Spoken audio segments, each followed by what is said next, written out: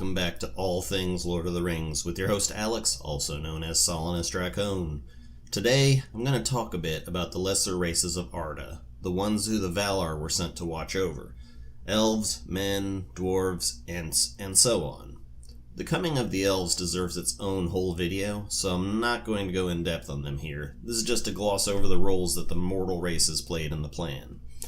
Quick side jump here. Middle-earth. We need to define that term. At the start of the First Age, the world of Arda was divided into three basic realms.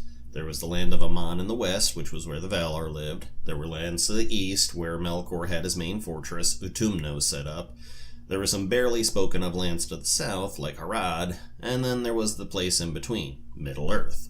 Middle-earth all seemed to be on the same continent as Utumno and Harad and all those places, but because the lands of the east, while they existed, never really came up as places to go in the books, and so they don't count as Middle-earth. There are some very specific lands, such as Gondor and the Shire and the Misty Mountains and stuff, that fall within the region of Middle-earth, but that's not what this video is about, and we'll talk about that later. I've gone over how Eru had a plan, had themes he set down in the Ainulindale for the Ainur to sing up. There isn't a lot known about the full extent of his themes, but there is one thing that is made crystal clear.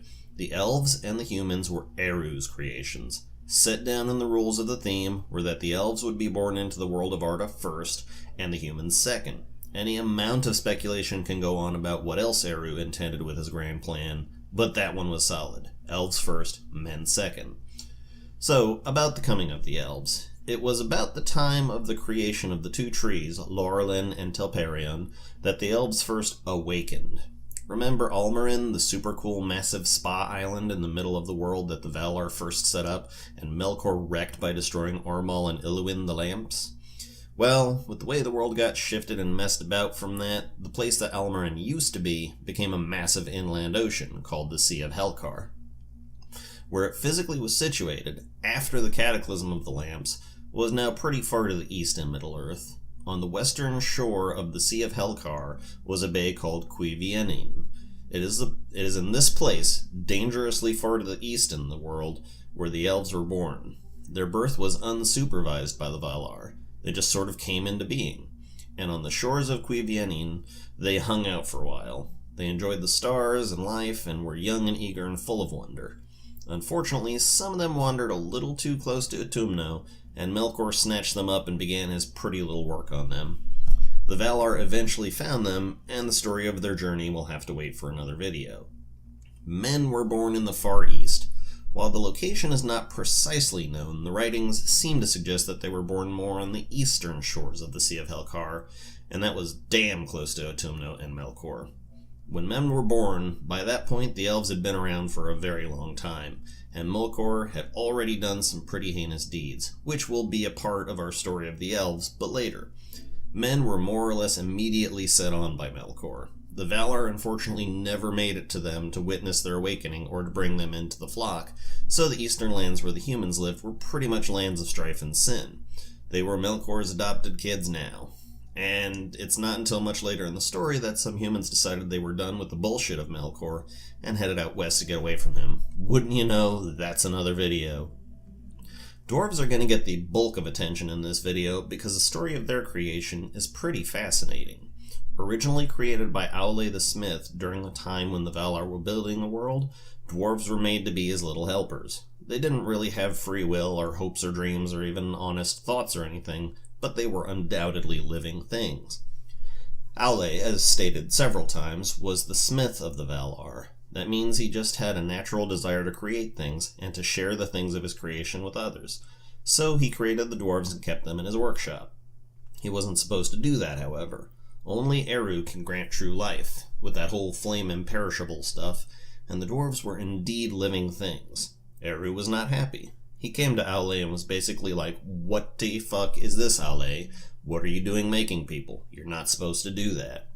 Aule was immediately contrite and explained to Eru that he was just so lonely to share his creations of stone and metal and such with someone, and Yavanna didn't exactly give a rat's ass about what Aule did because it was kind of opposite of what she was into, trees. Aule picked up his hammer and was about to destroy the dwarves when a funny thing happened.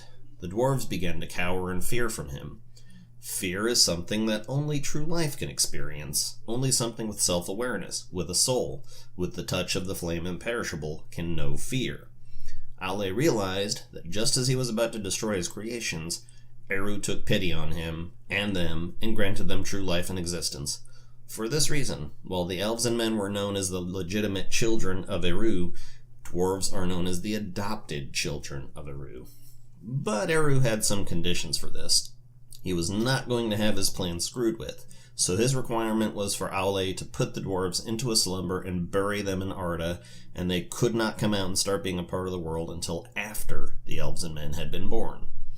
Now, upon hearing about this, Yavanna got a little bit ticked off. She already knew that while the elves would probably respect her forests, men were going to start chopping away at those trees. The addition of dwarves was the final straw, as they too would set about destroying her forests. She went up to Eru and begged him to let her make something living too, something to help protect the forest. Since the dwarves were going to be the shepherds of stone and metal and jewels, and men were going to be the shepherds for the cattle and sheep and other such livestock, she deserved shepherds for her trees. Eru relented and allowed her to make the ents, also known as the onodrim. While it isn't outright said, it's safe to assume that the ents had to wait their turn before being born too. Not counting the evil races, which we all know are Melkor's lovely little projects, that leaves the hobbits. Hobbits weren't really honestly in the list of the sapient races to be created. I mean, I'm sure they were in the Ainulindale somewhere, but their birth and existence just simply didn't really factor into anyone's plans. Some accounts indicate that they were a strange offshoot of humans, just smaller. A different branch on the evolutionary tree, if you will. There's just no solid evidence or lore to indicate when or how their first appearance happened. Maybe it was a whim of Eru's, who knows. What is known is that they originally lived in the valley of the Anduin River. That's the big one that runs between Gondor and Mordor. For some reason, they migrated north, into lands ruled over by the human king of a country called Arnor. This happened sometime in the Third Age. They provided some valuable service to the people of Arnor and the High King at Fornost, and as a result were granted some land. The village of Bree was an old hobbit settlement, as a matter of fact, but when they were given their own land to live on, most of them migrated there. The king of Arnor granted them the lands west of the river Baranduin, and this is what became the Shire. So I think that about wraps it up for the free people of Middle-earth, at least with the basic non-in-depth Clips Notes version of it. I'll spend entire videos talking about the rest of the races in more detail later, but this should just give a taste of some of what was part of Eru's grand plan. Thank you all very much for watching. Once again, I am Alex, also known as Solanus Dracone, and this has been All Things Lord of the Rings. Goodbye!